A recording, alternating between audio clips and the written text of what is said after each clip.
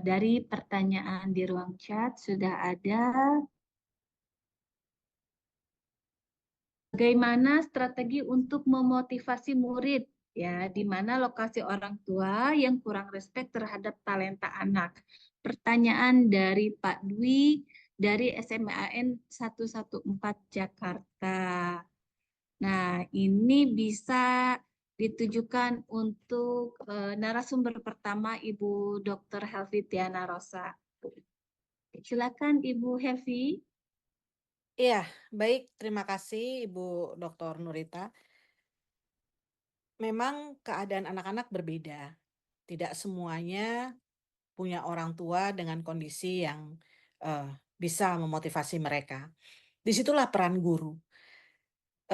Bapak Ibu, saya memang mengajarnya di universitas, tetapi barangkali apa yang saya lakukan bisa juga diterapkan di tingkat usia sekolah menengah atau sekolah dasar, Bapak Ibu ya.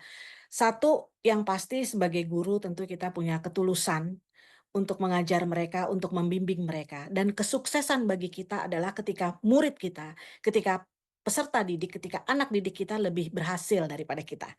Ya, seperti itu gitu. Jadi jangan dianggap saingan kan begitu. Nanti kalau anak kita bertumbuh terus dan berprestasi, dia bukan saingan kita gitu. Dia adalah anak didik kita yang kita didik dengan penuh ketulusan. Bagaimana apa yang harus kita lakukan? Satu, kita beri perhatian pada para siswa kita. Saya ingat nama guru-guru saya yang selalu memperhatikan saya dulu waktu sekolah. Saya ingat Bu Winarti waktu saya SD kelas 3 yang ketika teman-teman bilang, "Kamu ingin mengarang?" Wah, diketawain, siapa yang mau jadi dokter?" Banyak yang angkat tangan gitu. Tapi ketika, "Helvi, kamu mau jadi apa?" "Saya mau jadi pengarang." Itu diketawain sama teman-teman, "Kamu mau ngarang apa? Dasar tukang menghayal." Tapi Bu Winarti bilang, "Kalian yang bilang begini nanti lihat ya, Helvi buku-bukunya akan banyak." Nah seperti itu, jadi support support itu banyak, bisa dari segi kata-kata ya, selalu, afirmasi positif ya, selalu mengatakan hal-hal yang baik, kemudian juga meminjamkan buku. Saya, susah ketika kecil memang hidup sangat sederhana, dan guru-guru saya yang memberikan saya buku. Jadi setiap kali saya pergi ke sekolah, itu guru SD saya meminjamkan bukunya, guru SMP saya Pak Kasmino itu meminjamkan buku-buku sastra. Masya Allah, jadi saya hidup dari buku-buku pinjaman nih, seperti itu. Ya, jadi saya kira support perlu. Saya juga mau ngasih tahu sih pengalaman saya nih Bu Nurita, bagaimana saya sampai nih Pak Hari, saya sampai nggak suka matematika gitu loh. Padahal harusnya saya bisa suka matematika. Saya yakin kalau gurunya kayak Pak Hari gitu ya, atau Bapak Ibu di sini, saya akan suka matematika.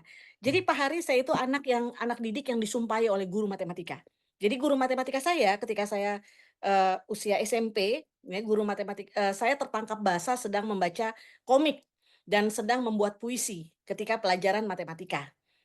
Yang beliau lakukan adalah seperti guru-guru pada umumnya, yaitu, menyetrap saya, tangan di kuping, kaki diangkat, satu ya, kemudian disuruh lari mengitari lapangan sampai saya keringetan, dan dipukul pakai penghapus papan tulis gitu ya, tangan saya gitu. Nah, tapi kan saya anak teater, jadi ketika saya disuruh, "Lari kamu, kalau belum keringetan nggak boleh masuk." Saya, apa namanya, ke tempat wudhu gitu, saya ciprat-cipratin air, saya masuk kelas, saya bilang, "Pak, ampun Pak, maaf Pak, nanti saya nggak akan begitu lagi," gitu. Bapak tahu apa yang dikatakan oleh guru matematika saya? "Kamu lihat ya, catat nama kamu Helvitiana Rosa. Iris kuping Bapak. Kalau nanti kamu jadi orang, kamu tidak akan pernah sukses tanpa matematika. Kamu tidak akan pernah jadi siapa-siapa tanpa matematika." Di depan semua murid, Pak. Andaikan dia tidak ngomong gitu, saya pasti akan lebih, saya sedih banget, Pak, dan itu tuh sedihnya itu sampai sampai berhari-hari gitu. Tapi apa yang saya lakukan? Saya ingin buktikan bahwa saya tidak seperti itu. Dan alhamdulillah, eee, 30 tahun kemudian saya kembali dan bertemu beliau sudah di kursi roda gitu. Saya tanya sama bapak, ingat saya, "Helvi, saya pasti ingat kamu. Ingat karena saya bodoh matematika ya, Pak?" Gitu. Ya, karena itu ya, Pak. Terus dia bilang, "Tidak, tidak Helvi. Saya ingat perkataan saya, bahwa kamu tidak akan sukses tanpa matematika. Maafkan Bapak ya Nak, Bapak nonton kamu di TV, Bapak lihat kamu, Bapak bangga sekali. Dia bilang, nggak ada guru yang nggak bangga sama siswanya gitu kan. Kemudian eh, dia peluk saya dan dia bilang, maafkan Bapak. Bapak ingat apa kata Bapak? Saya bilang, saya disuruh mengiris kuping Bapak bukan? Terus dia bilang, iya gitu ya, maafkan Bapak ya. Tapi apa yang saya katakan Pak? Saya bilang, Bapak, andaikan dulu Bapak mau mengajari saya matematika lewat puisi yang saya tulis di kelas. Kemudian puisi itu dikasih angka-angka. Andaikan Bapak mau sesekali kita menyanyi bersama, menyanyikan angka-angka. Saya akan lebih suka matematika, saya yakin. Terus, tapi kamu sudah bisa hidup sukses tanpa matematika. Dia bilang begitu, saya bilang begini, mohon maaf Bapak, Bapak tidak salah, Bapak benar. Saya tidak pernah bisa sukses tanpa matematika. Karena bagaimanapun Pak, saya harus menghitung royalti saya dengan matematika. Ya, jadi, kata-kata positif minimal minimal kita dapat dari guru kita ketika kita patah di rumah, tidak disukai oleh teman-teman, dibully. Saya korban bully yang luar biasa gitu dan saya balas dengan cerita. Jadi setiap anak yang membuli saya di kelas, Pak, itu jadi tokoh jahat di cerpen saya, yang dimuat di majalah, yang dimuat di koran. Nama lengkapnya, misalnya nama lengkapnya siapa? Andina, Leonardi misalnya. Wah, jadi tokoh jahat. Akhirnya teman-teman saya kapok, Pak. Di majalah dinding juga seperti itu, saya buat. Ya, dan, support dari guru-guru yang luar biasa. Support-nya itu dari kata-kata, kemudian perhatian, tidak membelikan apa-apa, tapi meminjamkan, menjadi support system yang luar biasa, itu. Dan saya punya kebiasaan satu, Pak, yang mungkin bisa dipakai di kelas menengah SMP, SMA. Setiap kali semester baru, mahasiswa saya minta untuk menulis surat untuk saya, Pak.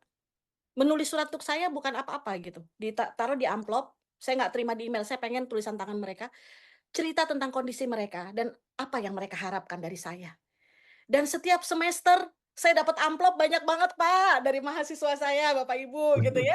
Itu mereka cerita dan yang bikin saya tahu di awal adalah beberapa di antaranya setiap semester pasti ada mahasiswa, tahun baru ya, tahun baru ajaran, itu mahasiswa yang mau bunuh diri. "Ibu Helvi, nama saya ini, saya ingin bunuh diri." Bayangkan, Pak. Itu pembukaan, saya bilang, "Wah, ini kalau pembukaan cerpen bagus sekali," saya bilang gitu, "mau bunuh diri," gitu ya, dan saya memberi perhatian khusus. Ada yang bilang, "Bu Helvi, saya tidak memilih sastra, saya tidak suka sastra, saya suka akuntansi. Kenapa saya sampai di sini? Saya kira saya tidak akan suka ibu dan pelajaran ibu." Tapi ternyata alhamdulillah setelah itu dia menjadi suka pelajaran, dan sampai sekarang bertahan di sastra Indonesia dan sambil kerja, masya Allah. Jadi itu, jadi support yang bisa kita berikan apa? Walaupun hanya sekedar perhatian, walaupun hanya sekedar semangat dan memuji. Memuji anak itu tidak ada salahnya. Setiap kali kita bertemu, eee, "Kamu makin keren. Ibu suka kemajuan yang kamu lakukan. Kita akan bisa bersama membuat ini lebih baik lagi." Seperti itu kira-kira. Jadi cinta, sayang, seperti itu. Begitu Bu Nurita. Iya, luar biasa ya, dimulai dari kata-kata positif ya, sampai pada menulis cerita. Baik, kita lanjutkan.